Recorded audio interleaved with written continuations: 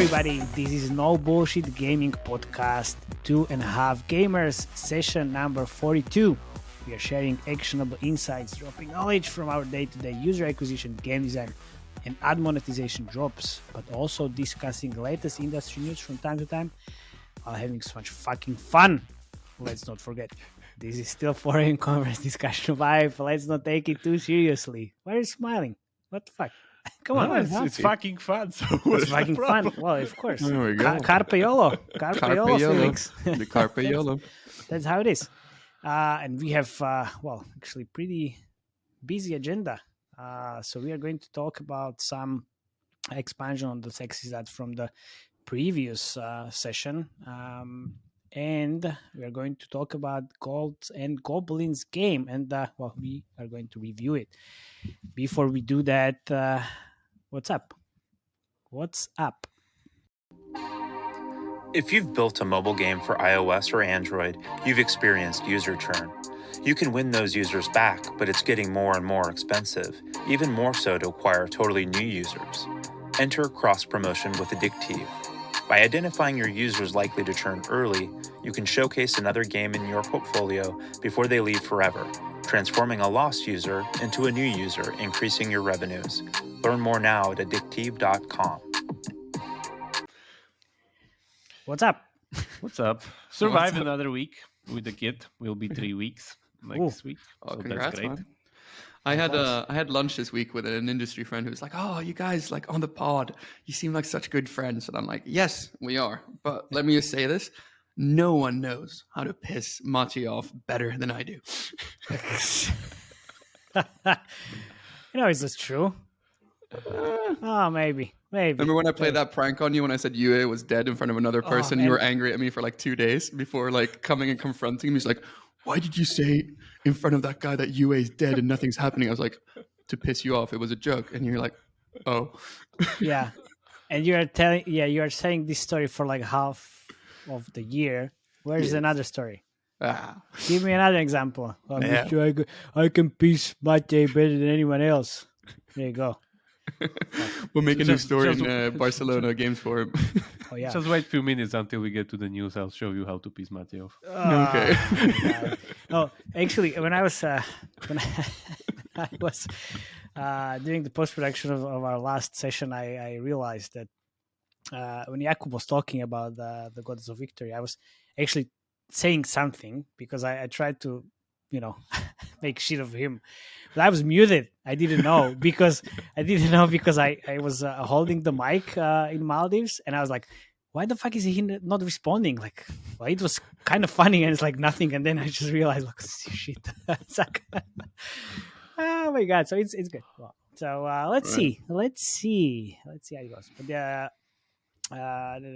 what do we have here? Yeah, okay. So I got back from Maldives. Of course, nobody cares, but I got back and I have my shirt on. So we had some comments about me having a shirt on because the last session was, it was too hot. You couldn't have shirt. But I also got back and immediately joined a singular webinar about the UA Playbook 2023. It was amazing organization. It was also very well received. I got already some nice feedback and messages. So good job, Singular. It was really professionally organized, man. We're having so much, so many questions, and the team was just responding immediately, and I didn't need to, look into it. So it was kind of nice.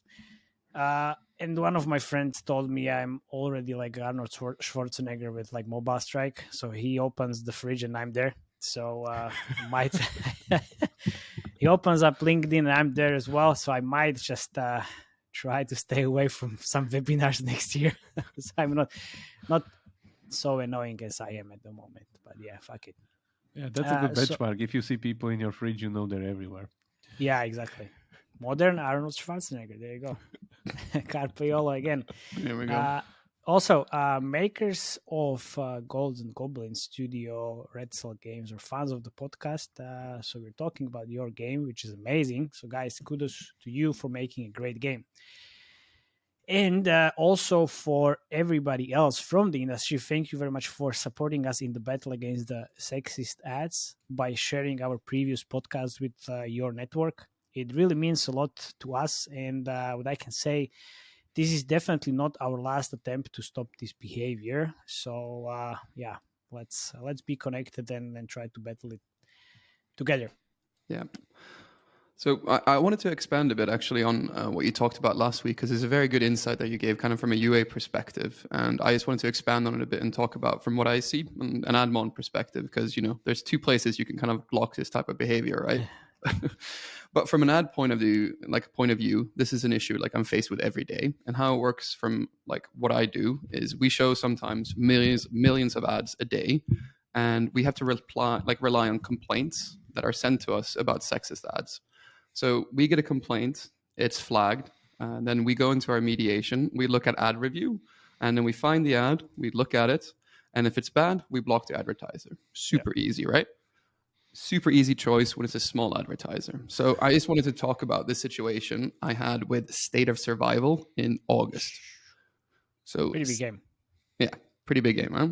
So State of Survival is known to have kind of quite a lot of sexist ads, and our earnings randomly in one game ramped up with one network from 6K to 12K a day, and it stood was kind of always up there. And it was State of Survival that had really good results from one of our particular apps that I was managing, and they ramped spend. And an extra 6K a day, that's 180K a month in incremental earnings. So do you have by any chance like any decimal points there?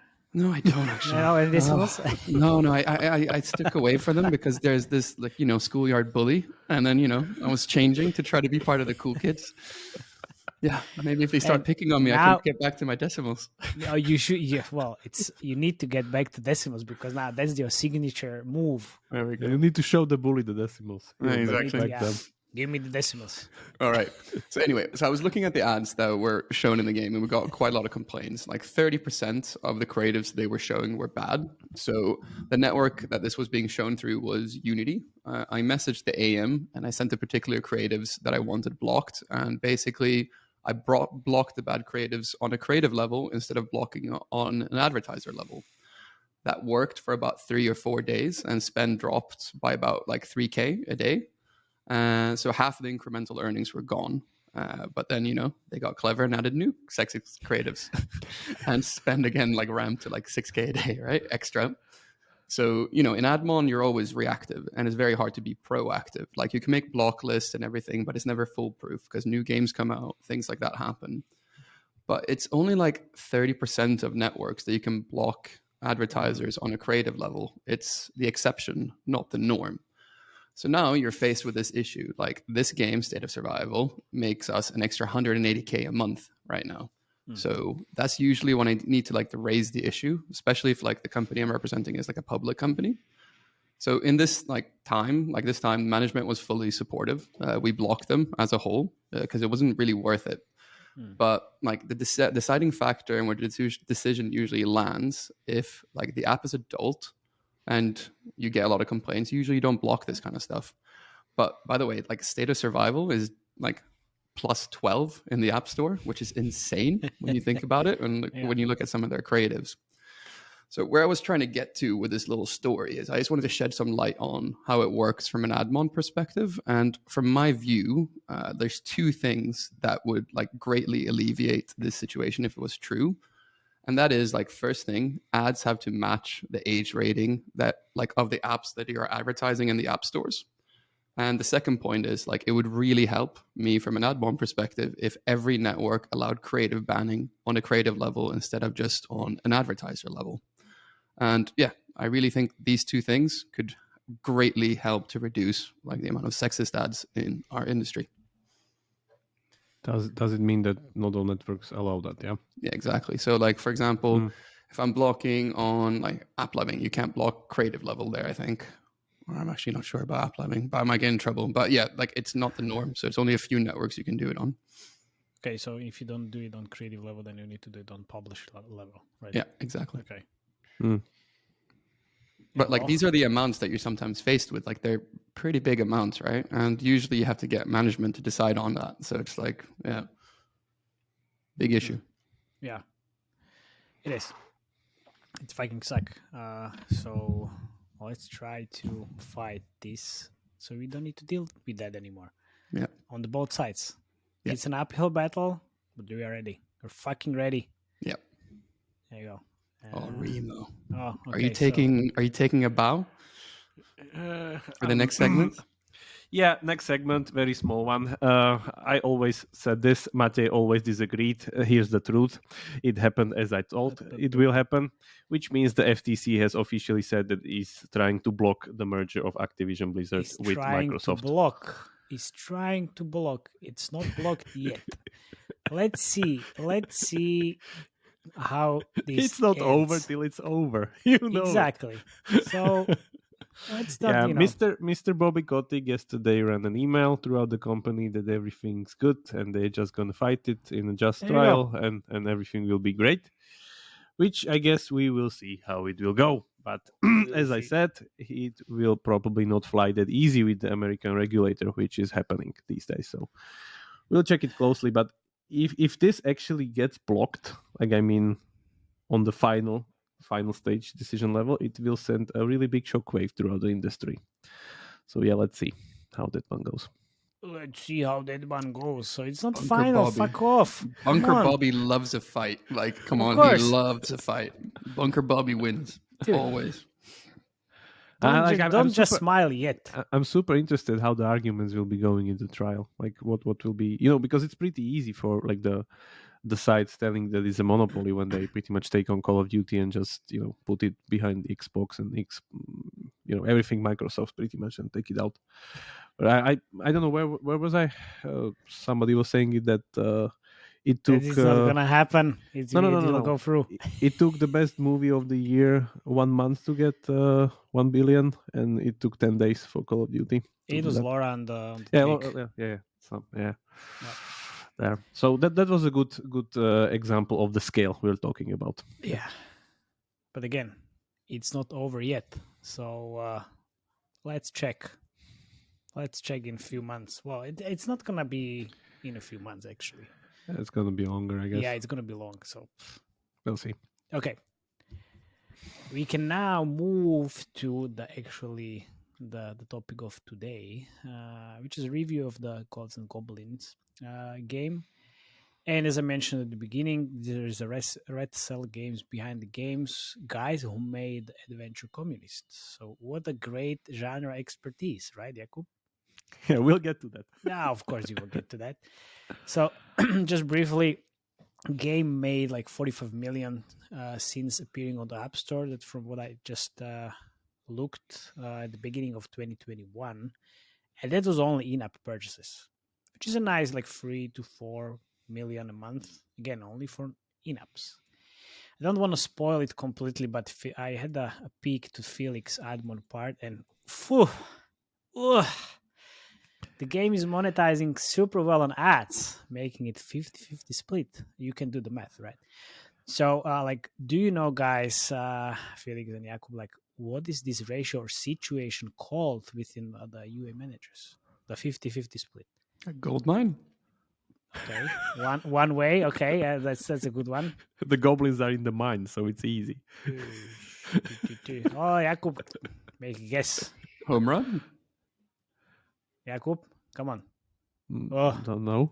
Of course you don't know. You're not so creative at all, right? Man. Make a guess. You can't just make a guess. The fuck? What's so hard to make a guess? Just say a random word. If you don't. Royal Straight Flash. Nice. Okay, it's UA manager's wet dream. most generic bullshit that you could say. Of course. And this is how you piss Jakub. Very easy. Very, very easy. All right. So this is giving the UA team obviously so many opportunities to drive growth and scale the game quite heavily. And I think we are seeing here a nice combo of great UA team and great game developer and great game team working together. So amazing work. Let's take a look at the country mix in terms of the downloads and revenues. Well, I guess no surprises here. US is the top performing country in terms of downloads and revenues, and then followed by Germany, UK, Canada, Australia, South Korea, a little bit here and there, Japan, France, Netherlands, and Norway, Sweden, and then some others. So Nordics, pretty interesting up in there. In terms of the channel mix and the UA, we are seeing usual suspects as Facebook, Google, Unity, AppLovin, ironSource, TikTok, and Vango. But from what I see right now, they scaled back the budget quite heavily in the last 90 days. Especially, they pulled back the spend on Facebook. Well, surprise, surprise. But it looks like they actually went close to zero. But of course, as if they knew we are going to talk about the game on the podcast, I started seeing one of their ads on Facebook very recently on Instagram. So apparently they relaunched the Facebook a few days ago with the new creative, which is a little bit different, a little bit more isometric / 3D, slightly different concept. In terms of the other channels, Google spend is pretty stable, but there is only one. It appears there is only one winning creative, which is getting all the spend across all the geos, which is I'm going to talk about it. I see some pulling back of spend on other channels, but not as significant as Facebook. There were some bumps here and there in the last 2 weeks in terms of the spend increase, but the overall scale is definitely lower than, let's say, a month ago or 2 months ago. So if I would need to guess how much they were spending before this scaling back, I would assume it's somewhere around 1 to 2 million a month. And how did I get to this number, you might ask, actually? Well, unfortunately, I don't have any fancy Excel sheet calculations with decimals like Mr. Felix over here. But but based on numbers of creatives that are live, number of ad networks, and some downloads versus revenue numbers, this would be my guesstimate, based on what I would be actually spending. So if I have all these creatives live, all these ad networks live, I would be spending maybe somewhere between 1 to 2 million a month. You know, cats come here for decimal places, not for guesstimates, right? Oh yeah, 100%. Cats love decimals, and this podcast as well, of course. Definitely Nordic cats, pretty sure. Mm-hmm. I'm pretty sure. All right. We don't see their data, but as I mentioned before, this is the UA manager's wet dream. So what kind of campaign structure might they have? It's kind of easy. They're running everything they can, all of the optimizations that are pretty much available. So address campaigns with Google, Unity, and AppLovin, and using purchase and value campaigns on those channels at the same time. Pretty sure that they're running this on TikTok and Facebook. Well, at least they were. So with this split, you can run profitably, maybe even up install campaigns to drive a little bit scale here and there.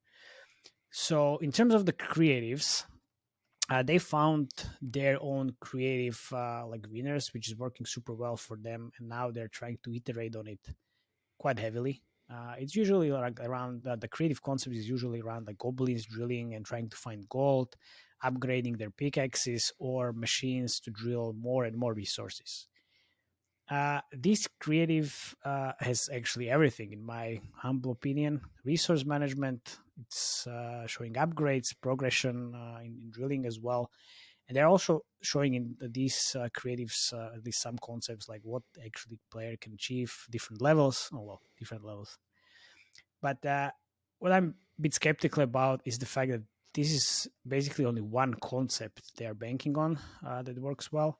So even if they have infinite iterations, I'm not sure how sustainable it is. And they're not using actually real gameplay. So fake ads, skeptic Jakub might be disappointed a little bit here. But actually they are using altered gameplay, or, well, I can say just fake ads with real assets, which I think is the next trend we are going to see next year. Oh, was it the prediction? Oh, fuck my life. Felix, there you go. Felix, quickly continue until people notice it, please. Did you just make a prediction? Wait, what? Wait, no, just continue. Now, I think overall this game performance and the UA activity is pretty good. If I need to compare it with our previous review in terms of the rival, not even rivals. What the fuck I'm talking about? Rush Royale is the game. Then it's maybe slightly behind. I bet, but that's only because of Rush Royale has a lot of different creative concepts. They are all the time bringing a new concept into the table. This one is just one great winning concept. So yeah, there you go. UA So side. wait, I had a question following up on that. So Sure. so the only tips you'd have here would be to have more creative concepts and iterate more to try to get a new concept going that also works. I would definitely spend more time on the creative testing and creative brainstorming, because they have all the channels alive, all the ad networks as well, like Unity and then Apple. I mean, I checked the source level performance. Seems pretty okay. Nothing like extraordinary as the Marvel Snap solitaire traffic. It's completely bullshit. So this looks pretty healthy. Good job. Yeah. So the game is scaling so fucking a lot. Yeah. So I've been wanting to do an Admon deep dive on Gold Goblins for like a very long time. Like, I really think that this game is like in top 3 games in the world right now, with the highest rewarded impression per daily active user right now. If not in the top 3, it's at least in the top 1% of getting their users to commit to watching rewarded ads. Would you say 1.00%? I was gonna, in my notes, I calculated to 1.003, but then okay. The schoolyard bullies, so didn't want to get my lunch money taken, so I decided to comfort lunch decimals. Yeah, exactly. Give me your lunch decimals. Yeah. So what Red Cell have done so well in the game design is to create so much harmony with rewarded ad placements and the core loops that it just makes sense for users to watch rewarded ads. And as a player, you don't even bat an eyelid when you're faced with the choice. You play the game for maybe around 20 minutes and you hardly notice that you watched at least 10 rewarded ads in that time. For those of you who not played the game, they have tons of rewarded ad placements. Some are like chests in the store, random consumables that delivers, like elixir, coin, goblin, welcome back, double up placement, ad boost 2x your profit for X amount of time. All good ad placements that make sense. But then there is the absolute killer rewarded ad placement, and that's spin the wheel placement. And man, wow, chef's kiss. This is a hell of an ad placement. Wow. So the spin the wheel placement is that you can exchange for watching a rewarded ad. You spin a wheel where you have a chance to either move forward time, increase gems, or increase the number of goblins. The wheel is capped at 5 spins per 2 hours. And the first spin, when you enter back into the game after the 2-hour cooldown time, is for free. So it helps foster behavior that whenever you enter the game, you open this wheel up.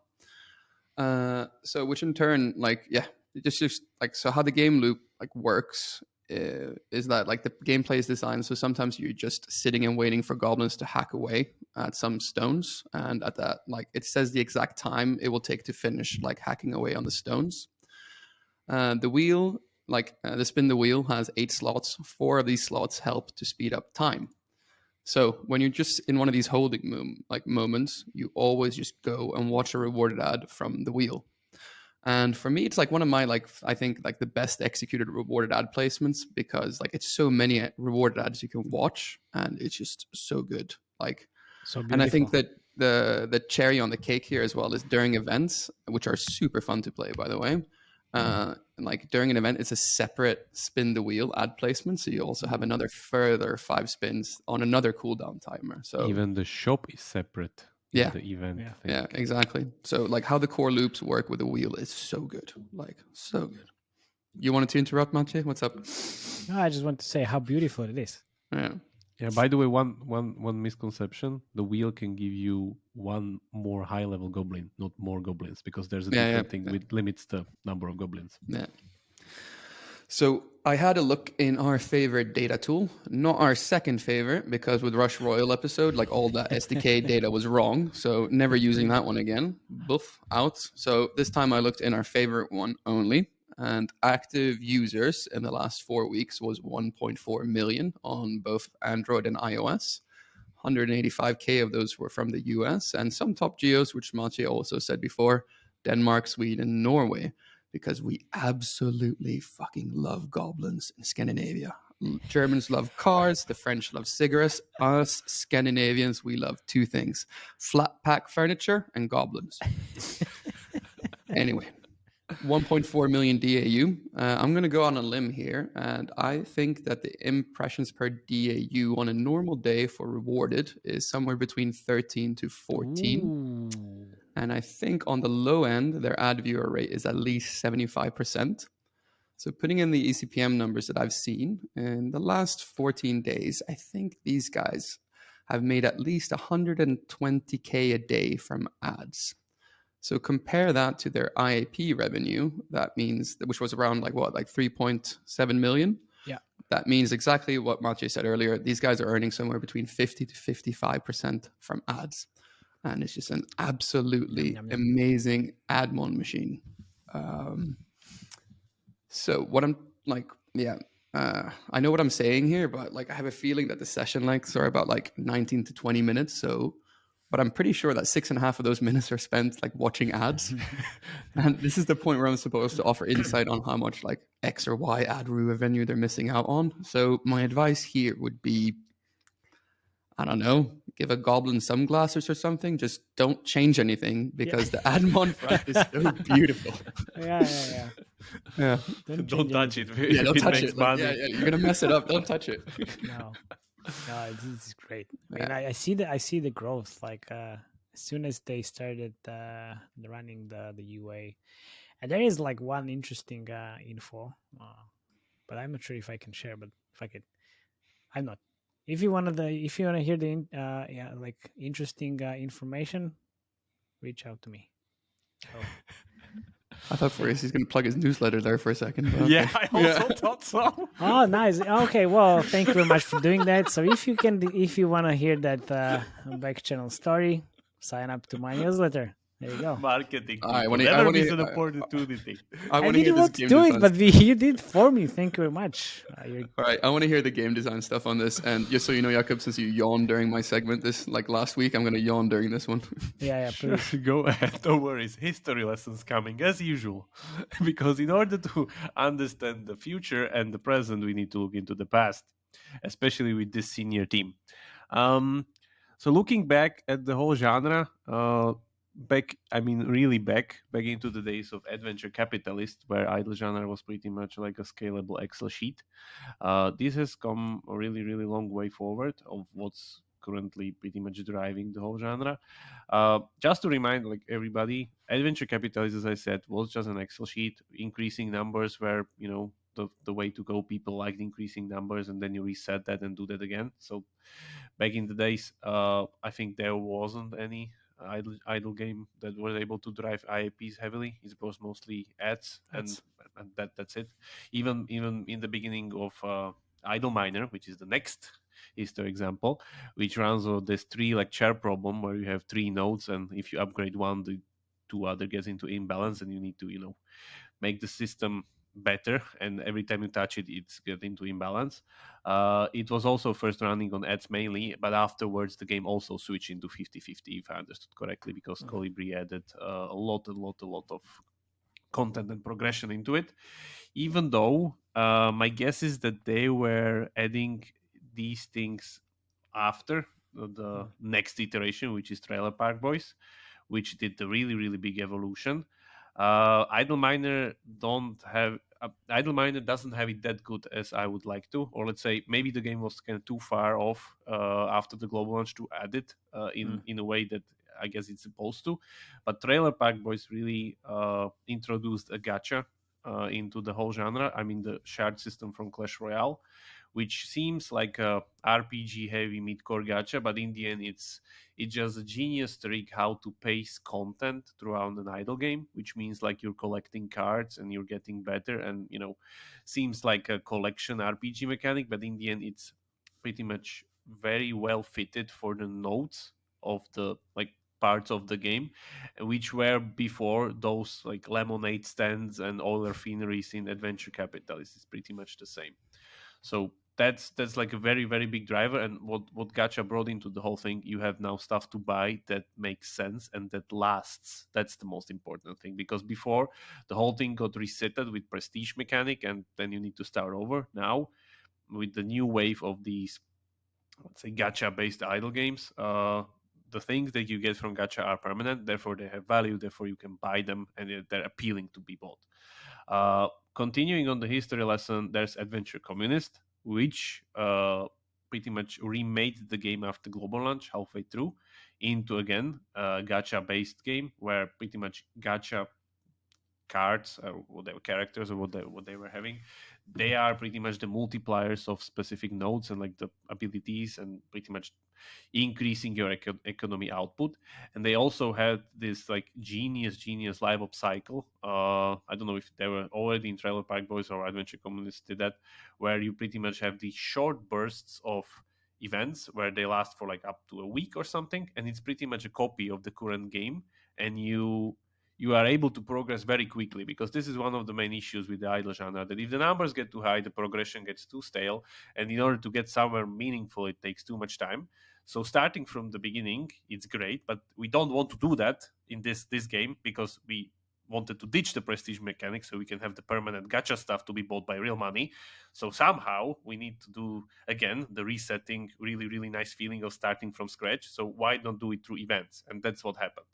And Gold Goblins is pretty much exactly that. It ditched the like typical idle genre UI where you have like all of these nodes and like Thank God. Seems like UI exercise, let's say. They switched it for this really, really gorgeous mine that looks like from Diablo to me, to be honest, or some kind of like a RPG game. To me, is really appealing, to be honest. But the important thing is that they added active core gameplay. And this is the killer feature of the whole game and the whole iteration, that you have something engaging and satisfying and very, very, very satisfying to do in between the timers, the golds accumulation, and everything kind of goes in. So the barrels. The barrels, the blocks, the merging, and everything. Like, actually, it reminds me of Diggy's Adventure, to be honest, a little bit. Yeah, like back in the days, we were at Pixel, like there was this game called Diggy's Adventure, which works great by you going around adventure in a 2D map and removing blocks out of your way. And it's very, very satisfying. This game uses the same mechanic, just with the twist that it takes a little bit more time. It's not directly like you spend energy and block gets removed. It's pretty much block gets removed slowly, depending on how many goblins you throw onto it and how strong the goblins are. Because there's a little bit even of a puzzle element into the game, which is great, which again, like the positioning of the goblins, how you let's remove first this block and then we can put 2 goblins on that other block and so on and so forth. So it's very, very engaging, and it's helping greatly with the pacing. That's the true innovation of it, that there's always an achievable milestone that you can do all the time, every session. Chip 1 block away, chip 2nd block away, and if you get to another mine, the layout is different. It's not the same as with all other idle games. Like another idle miner mine is pretty much the same reskin mine all the time. The layout's the same, the UI is the same, everything is the same. Here, the level design is different. There's sideways where you need to go and dig the chests out of the blocks. There's this, there's that, and so on and so forth. So there's actual level design involved, which makes the great flavor when you are pretty much going against the same core loop. So that's the true innovation, I would say, on top of it. And the event cycle, as I said, with the adventure communities, they pretty much have the same. So that's like the standard feature nowadays, that idle games have these kind of rush modes of you starting a new game and then getting on the leaderboard. Actually, the rewards are pretty meager, to be honest, for me when I was looking at it. Like, I mean, the permanent stuff that you get from an event that will be added to your main inventory. But yeah, that needs to be meager, because if you do it many times and you run the events many times, it's supercharge your power progression, so you don't want to do that. So that's that. Can I ask a question here? What do you think of the little cutscene videos that they have when you get out of the mine with the goblins celebrating? That's nice. Oh, so nice. Those so are satisfying. Nice. And by the way, they're kind of like generated because the position of the goblins in before the gate are the ones that you place them. They are not, generically done. So they are very, very nice. Yeah, it's like a gorgeous game, to be honest. going back to the core gameplay, goblins pretty much increase your your block removal power, the digging power. That's really good because, again, if you merge those, you can concentrate it much more precisely. They also throw in these kind of dynamites, which again bring a little bit of more strategic thinking, which block to remove and which block not to remove. And again, optimization is the key here. Like, people find pleasure in optimizing within these games, so give them more stuff to optimize, they will be more happy. Of course, that checks perfectly. Yeah, the barrel spawning mechanic. This is also very good because usually games do it in a way that like stuff appears and you have this kind of a nice popping thing, and on top of it you have the merging mechanic where, again, merging is very satisfying by itself, but there's this very, very, very good dynamic ad placement baked into the barrels, which I'm gonna skip that part one, but I get to all the ad placements later. But this one's pretty much a direct upgrade for what was there in Adventure Communist and all the idle games, where they have this really, really nice dynamic placement, which is usually some stuff flies over the screen and you need to tap it in order to get it. Sometimes it's a direct reward, sometimes it's an ad offer. But you need to consciously kind of watch out for it and tap it. These guys did it even better because you don't even need to watch out for it. It will wait for you there in the line with all the other barrels. Therefore, you will need to click on it anyway, and you still don't know. It will be an ad or it will be just like a normal resource. So it feels like 30% of the time is for an ad, and the majority of time it's not for an ad. So you always watch the ad. Yeah, there's a particular question mark. By the way, if you close the ad, you don't want to watch it, it disappears. So the barrel, that's there. Usually how I saw this system, the game checks for your answers. The game checks for your answers, meaning that they can then adjust your conversion point. Like, for how much stuff will you convert for the ad? So we'll offer you like a level 6 goblin. Will you watch that? No. Okay, so next time we'll offer you more. Or you converted, we won't offer you more. So this is great also on the developer side to optimize the revenue there. So that placement is genius. And then continuing forward, as said, no prestige mechanic. So I hate that in idle games, man. Yeah, that's great that we move past this, because the prestige in itself is the gacha. Gacha is the prestige mechanic where you still collect the cards. They are, stable. You have them every mine, and they just scale up. So it's all like there's, I guess, this very, very big math table somewhere and big Excel sheet that's driving this. That was really hard to do, but it's done perfectly. So that's great. Well, if you have the genre expertise, it's not that hard to do. Yeah, it's called genre expertise. Exactly. Like if you were doing Adventure Communities before making this game, you just focus on the innovation part. You don't, really go from like how to make a wheel. All the basics and the defaults already. Yeah. So going back to the gacha, we have a typical shard gacha that looks like Clash Royale from the surface, but in the end, it's a little bit different. The other innovation that these other games did is that we have an infinite deck slot here, because all the cards are pretty much used all the time. We don't choose like a composition that we use. The only thing that kind of we choose is that we need to dig ourselves to specific nodes in order for those to be active. But other than that, all the deck nodes are pretty much used all the time. So even though like every node or like a gem has their specific goblin, we have the like special nodes, which is like how much stuff you get from rocks, how fast goblin spawns, how fast the mineshaft cards are, or everything. But they are used automatically. So it doesn't happen like in shard gacha games where you have the other cards just waiting there and doing nothing. Here, everything is everything is being used all the time. And then it scales. It scales very well. It scales perfectly. It's completely scripted. You can see that you can mine chests out of the rocks, which is again scripted, and they pace the progression perfectly. Going for the ads, there's the typical. You also, before like mentioning the pacing, like why is it important? Pacing here is really important because of exponential growth. Exponential growth slows down progress all the time, and there's problems with it. We see it everywhere. We see it with Clash Royale. That's why Clash Royale introduced these kind of skip items to help people to move forward, because exponential growth in numbers slows down. And what you need to have is to keep the frequency of you progressing from point A to point B in a manageable time. because with exponential numbers, the time between you progressing from A to B just increases until it reaches an unsustainable, or let's say a frustrating level where it's not fun anymore. And that's the problem. Okay, so basically what you need here is system and vectors. I was waiting where these things pops up. Yeah, you need to have design space and you need to create vectors in order to mediate it. Yeah, that's right. I want to hear about the ads. Yeah, continuing with the ads. So shop chest there, spin wheel. Yeah, the spin wheel is really genius. It even has its own UI placement on the bottom. So it's there. There's 5 of those that you can watch.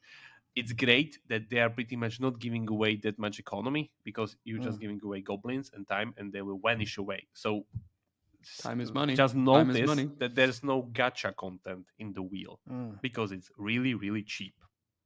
So if they would be giving cards or like something like that, that's much more expensive regarding the spending depth. So it's genius. Like, time doesn't matter for them that much. X2 profits, typical thing. You can stack it 4 times up to 12 hours. I think I've seen it many times these days. Like, it's pretty much a must watch. Yeah, it's a must have feature. When you balance idle game economy, you always balance it around you having this feature always on. Otherwise, if you're not always having this always on, you're just scrolling on the floor and pretty much trying to get somewhere. It's normal. So definitely very, very good conversion, kind of, best even for user time for money. Then the welcome back thing, doubling your stuff as usual. Nothing special there. And as I said, like, the special barrel is for me the kind of most innovative ad placement there. I haven't seen anything else, but I always, like, from my side, I always best like the ad placements that are dynamic, that are not part of the UI, permanent UI, that can be modified, pretty much adjusted based on user behavior, and they are part of the core gameplay. So that's the best one, definitely. Event mine, as I said, it's great to have some kind of a fresh beginning where numbers grow up from lowest ones to higher ones very fast, giving you a lot of satisfying feelings and change of scenery. Currently, the game is running some kind of a Candy Frenzy themed mode, so you're pretty much in this kind of a Candy Crush village, Candy Crush mine, eating candies. Well, I guess it's Christmas, or it's around the corner, so yeah, maybe Christmas by next week. Yeah, we'll see. Well, these games run these events pretty fast. I mean, like, multiple of those during the month. So I guess because this was it's 3-day event, so I guess the cadence is pretty high. So, and it's easy. I didn't saw any custom functionality for this one. There's also a leaderboard there, so of course you can compete with people there. And the important thing, and this is really important, they have a separate shop, separate ad wheel, separate gacha charts, and separate permanent currency in that shop. So everything there is pretty much doubled regarding the spend depth for that short period of time. And the only thing that you carry over from there is that short list of rewards that you get from there, which is kind of small, to be honest, but yeah. I guess people don't really play that much for the rewards. Jakub, how important is the leaderboard here? I mean, for this type of game in the event? Games have a certain percentage of player base that is, driven by PvP in whatever manner. Sure. So I guess it's nice to have. It's definitely not something that you would, base the whole game on, because in the end, this is a PvE driven game pretty much, with like the mind being your main enemy and you need to go through it. So I would say, it's good and nice to have it. It's not really some kind of a big functionality. So it's not a game changer, basically. It's just like nice I wouldn't think so. Okay. Like, maybe I don't think so. Like, even if you don't see any like social systems here, like very big. Would it be important in this type of game? Again, I don't think so. It is. So the game thrives on being simple. That's really good with it. So I wouldn't complicate it that way. And to be honest, the main goal of the main motivation of the player base, I guess, is PvE. So it's best. Like, the only problem that I had with it, or let's say not problem, but improvement, that I don't know how far did you guys get, but I'm like mine 10, and it's great and everything, and like I'm clicking like crazy. It's really, really addictive. But I would really like to flesh out the level design a little bit more, maybe. What does With, it like, mean? little what does bit that more mean? mechanics around the rocks, or like different things maybe that would switch again the flavor, because Like a constant clicking on the rock could help you like decrease the timer. I don't know, like something that kind of changes a little bit between, because it gets a little bit too same of the same, kind of too fast for me. It is repetitive, kind of. Maybe because I saw a lot of these things already, or just because I kind of Of course, because you saw all of these things already millions of times. I You know, mean, Matej, you are a very once, big fan of you know, adventure communists, so yeah. there's Yeah, nothing yeah. that Remo hasn't seen, man. He's seen And it all. I always get this Of course. problem when I hit this With those point. glasses. When I hit the point where I've seen it all, and it's like the game's like, what's there to do? But in these games, it's different, where people find pleasure in optimizing and like getting somewhere. So, What did you optimize in your pleasure gameplay? like, to be honest, like, I'm pretty far, I would say, with what I did. Like, it's like, hoarding dynamites for the last gate and stuff like that. So it's like that's good. But I don't know, like, there's a lot of design space and vectors with the level design that I guess the team can definitely add upon and make it more interesting, especially in the events. Like, if you are kind of afraid that the mechanics could be too complex, or too problematic, just run them in the events and see how the players will like them. And if they're good, add them to the main game. That's the usual safe way to do. Like, no worries there. That's a really good piece of advice there. That's good. Also, there is definitely backchannel information, but I would say a rumor or words on the street is not only this type of like event experiments are good advice, but there is also or might be that they are implementing some of the creatives or like the mechanics from the creatives into the game. So you And get that- the tractor and stuff like that? Yeah, and that's like that's Ah. fucking clever. That's super clever. Yeah, that So- would be great. Like an event based on that you had like a machine to drive somewhere and like Yeah. destroy everything and stuff like that. Yeah, that would be great. So lots of stuff. What was this the game that we've done a like deconstruction of that probably we had the least amount of feedback on? Which one? No, This well, one? Rush Royale as well. Yeah, But this, yeah. I think these two Yeah. definitely were very Yeah. well made from like all the aspects. All the aspects. Yeah, but you can see the clear evolution here. Like, if on the surface level you probably won't, but if you really take that history lesson and look from Adventure Communist, Trailer Park Boys, Idle Miner, and like all of these things, how the genre has come so far, it's like, yeah, something completely different and much more, I would say, engaging. And the fun fact is that like not a lot of people actually talk about this game. It's fucking Yeah, great. it's making so much It's- money, I don't yeah, get it. exactly. Yeah, exactly. Like it's Perfect so product. great. It's making a lot of money. It's great gameplay, and like nobody talks about it. Come Also on. has goblins in it. Well, Scandinavians exactly. love goblins. Yeah. Oh well, of course. So I guess like there are definitely flyers or like people handing out flyers with goblins in Scandinavian countries. For sure. So Part of our 100%. folklore, man. It's like, yeah. 100%. 100%. Do you know like from our favorite data tools like how the retention might look like? Yeah, looking at the retention numbers, they seem super, super, super strong. Like something. Is this from our favorite or second favorite one? Because I don't trust the second favorite one I anymore. think it's second favorite one. Ooh. Everything we're saying here, take with a large grain of salt. Yeah, Yeah, it's yeah. saying somewhere like day 7 over 25% on Android, which is like super, super strong, and day 30 around like 18. Ooh, on that's super, iOS super 11. strong. Not like Yeah, that. that's super strong. That day 7 is fucking like mediocre, but that's My guess is that this is because of the like edit core gameplay or like active core gameplay Yeah. of merging, destroying Mm. blocks, and like pretty much engaging with the level design. That's like driving it. Because it's really addictive. It's super addictive, and you get to destroy a lot of blocks each time. So you're not stuck into this like, oh, 2 upgrades of a Z currency or a DD currency or whatever alphabet number you arrived at, and you don't comprehend the values anymore anyway. Yeah. Well, I'm pretty sure that next year, when we're going to celebrate our first year anniversary, we'll get all new T-shirts. Mr. Jakub having the vectors and systems on it.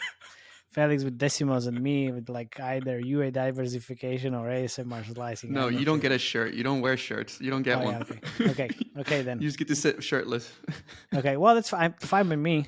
Let's see what others will think about that. But I think it's like that's it for today. So good job, guys, again.